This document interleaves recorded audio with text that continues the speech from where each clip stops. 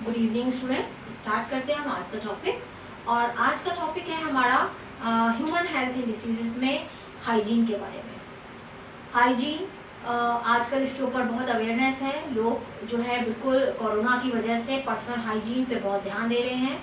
एक अच्छी बात है। वैसे भी हमको अपने हाइजीन पे ध्यान देना चाहिए, क्योंकि इन्फेक्शियस डिसीजेस तभी आती हैं अगर आप हाइजीन पे ध्यान नहीं देंगे।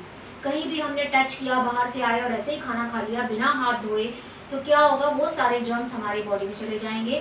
पर आजकल लोग अवेयर हो गए हैं। कोरोना की वजह से इतना ज़्यादा अवेयरनेस आ गई है कि कभी भी बाहर से आते हैं तो पहले हाथ धोते हैं, उसके बाद खाना खाते हैं। पर ऐसा ही अक्सर होना चाहिए ताकि हम जर्म्स को जो है अपनी बॉडी में जाने से रोक सकें। तो हम वही टॉपिक स्टार्ट करने जा रहे हैं। यहाँ पर हमने हाइजीन को 2 कैटेगरी में डिवाइड किया, पर्सनल एंड पब्लिक। तो पर्सनल हाइजीन में सबसे पहले आता है keeping the body clean. Keeping the body clean यानी हमको अपनी बॉडी को क्लीन रखना है, यानी नहाना तो है ही, साथ में अपने hair cut, nail cut, hand wash. जब भी बाहर से आए, कोई भी सामान लेके आए, पहले आप हाथ धोइए, उसके बाद किसी भी चीज़ को टच करिए, खाइए या पानी पीना है तो भी पहले हैंड वॉश होने चाहिए। क्योंकि जो भी जर्म्स कहाँ पे आपकी बॉडी पे अटैक किए हैं, कहाँ चिपके हैं, आपको नहीं पता। इसलिए पहले आपको अपनी बॉडी को साफ रखना है, हाथ को हमेशा धोना है, उसके बाद किसी चीज़ को टच करना है। दूसरा, consumption of clean drinking water, food, vegetables, fruits etcetera. आपको पता है कि जो भी फ्रूट्स वेजिटेबल्स आते हैं वहाँ पर कितने पेस्टिसाइड्स, कितने जर्म्स उसमें लगे हुए हैं, आपको नहीं पता। अगर हम उसको ऐसे ही ले आते हैं और ऐसे ही खा लेंगे, उसको अच्छे से वॉश नहीं करेंगे, तो वो सारे जर्म्स हमारी बॉडी में जा सकते हैं। आजकल तो खैर अवेयर हैं, सब धो रहे हैं उसको बहुत अच्छी तरीके से कोरोना की वजह से। बट ऐसा ही हमको आगे भी मेंटेन करना है कि जो भी फ्रूट्स वेजिटेबल्स हम लेकर आते हैं, जो भी हम पानी पी रहे हैं, वो अच्छा साफ होना चाहिए, बॉइल्ड वाटर होना चाहिए या फिल्टर्ड वाटर होना चाहिए। खाना जो भी हम खा रहे हैं वो प्रॉपर्ली कवर होना चाहिए, क्योंकि हम पहले पढ़ चुके हैं कि कंटामिनेटेड फूड और वाटर से कितनी सारी डिसीजेज स्प्रेड होती हैं। कौन कौन सी आप पढ़ चुके हैं? Amoebiasis, ascariasis and typhoid. ये तीनों diseases contaminated food and water से ही स्प्रेड होती हैं। तो इसलिए हमको अपने खाने के का बहुत ध्यान रखना है, पानी का, फ्रूट्स वेजिटेबल्स का, कि कभी भी उसको ऐसे ही नहीं खाना, अच्छे से पहले उसको क्लीन करना है तभी उसको खाना है। अब अगर हम पब्लिक हाइजीन की बात करें तो सबसे इम्पॉर्टेंट जो रोल प्ले करता है वो करता है कि जो प्रॉपर डिस्पोजल हुआ है वेस्ट या एक्सक्रीटा का या नहीं। क्योंकि हमने देखा था कि एस्केरिसिस में क्या होता है कि ह्यूमन के एक्सक्रीटा के साथ उसके जो एग्स हैं वो बाहर जाते हैं और वो सॉइल में चले गए, और वहाँ पर अगर वो फ्रूट्स वेजिटेबल्स लगी हैं, अगर आजकल तो इसके ऊपर बहुत ध्यान दिया गया है कि ओपन में जो है वो एक्सक्रीटा नहीं करना है, बाहर नहीं जाना है, टॉयलेट्स यूज़ करने हैं। आजकल इसके ऊपर बहुत अवेयरनेस है और ऐसा हो भी रहा है।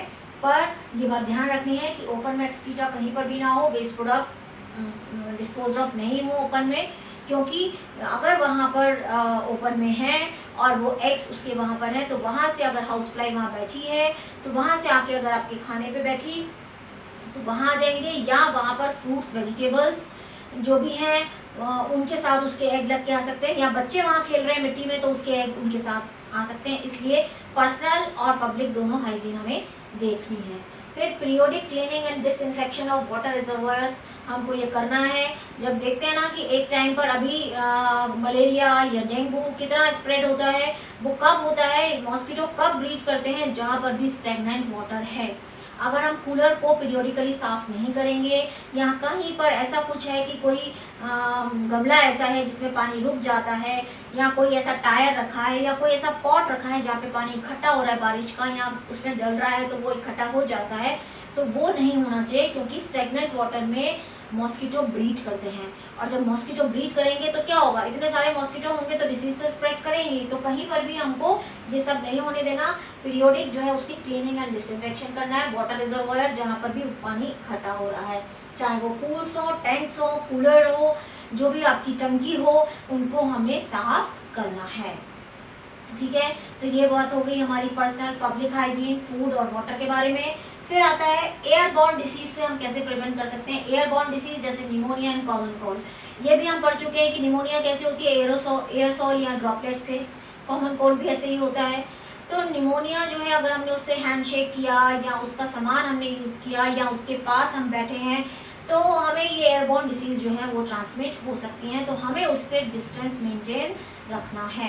यही बात अभी आप उसके लिए भी, कोरोना के लिए भी अभी तो आ गया है कि डिस्टेंसिंग मेंटेन। तो जितनी भी एयरबोर्न डिसीजेज हैं उनके लिए भी डिस्टेंस मेंटेन करना है। यहाँ के लिए भी इसलिए बोला जा रहा है कि वो जो है वो इजीली एयरबोर्न जो डिसीज़ हैं वो ट्रांसमिट हो जाती हैं।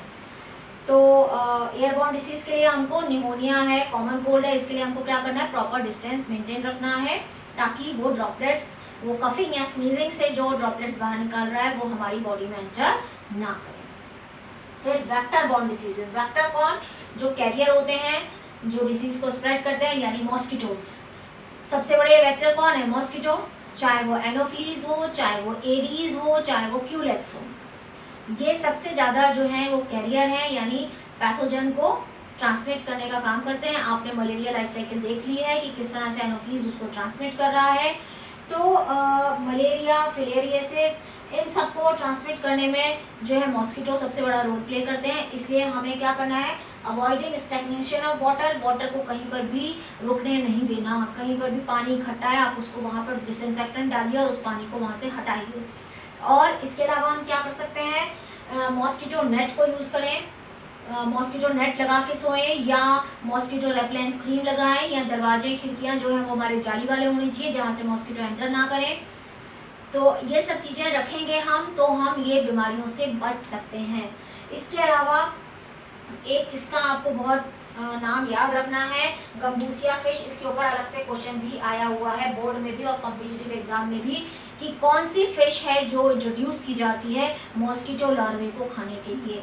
तो वो गम्बूसिया फिश है जो मॉस्किटो लार्वे को खाती है। तो जहाँ पर भी ऐसा होता है वहाँ गम्बूसिया फिश को इंट्रोड्यूस कर दिया जाता है, क्योंकि ये मॉस्किटो लार्वे के ऊपर ही फीड करती है। तो इसके ऊपर क्वेश्चन आया हुआ है दोनों एग्जाम्स में, कॉम्पिटिटिव में भी और बोर्ड में भी।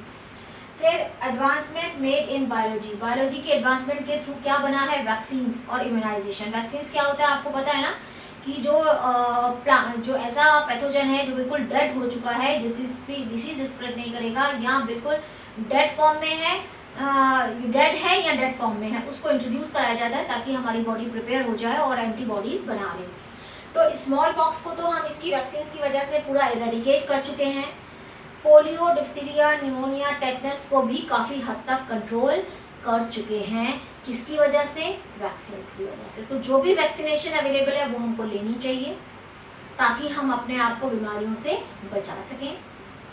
फिर एंटीबायोटिक्स, एंटीबायोटिक्स क्या है, antibiotics, anti means against, biotics means life, यानी ये बैक्टीरिया और फंगस से निकाली जाती है और उनके अगेंस्ट ही उसको वर्क किया जाता है।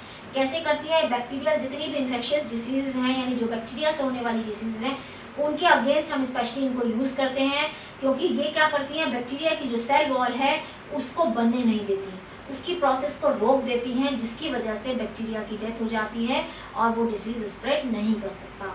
तो एंटीबायोटिक्स जो हम काफ़ी सारी एंटीबायोटिक्स से हम काफ़ी सारी इन्फेक्शियस डिसीजेस को बढ़ने से रोक सकते हैं। तो ये है हमारा पर्सनल हाइजीन और पब्लिक हाइजीन, और डिसीजेस से कैसे प्रिवेंट कर सकते हैं उनके बारे में। तो आपको समझ में आ गया होगा, ठीक है। तो प्लीज़ लाइक, सब्सक्राइब, शेयर करिए, कमेंट करिए, ताकि आगे और बनाने के लिए हमको मोटिवेशन मिले। Thank you, thanks for watching.